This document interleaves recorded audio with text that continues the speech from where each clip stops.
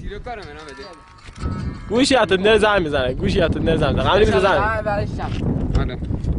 اینا بیم اطلاعی ما گرفتیم. خب 500 تومن میگیرن اول کار. خب برای یک سال بیم اطلاعی میکنن چطور سوخته که بالا 50%. خب بدون باز دیگه باز راست ماشین نو تحویل میدن.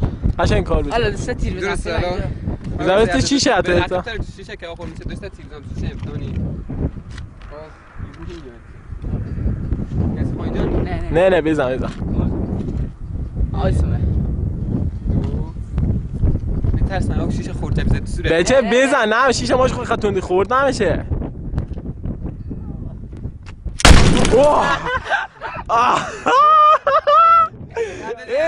یکی دیگه آقا یکی دیگه بزن یتا بزن گوشا که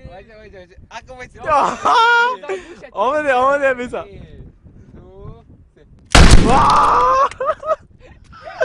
ایوان وایسا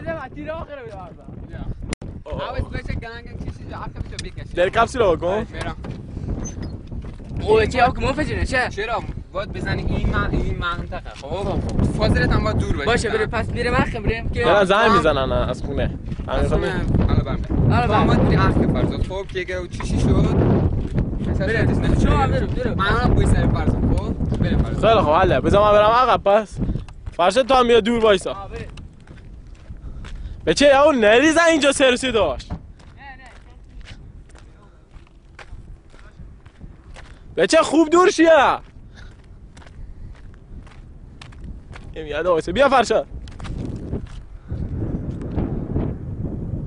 خوبه فاصله ها مترسم بچه انفجار پرتی بکنه آقا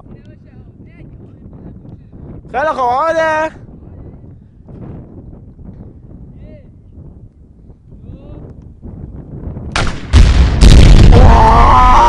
گود وای خدا فرشاد وای نگاه کن بچه تیره کن ایوان حل آقا حل وایسا نزدیک نشو میترسم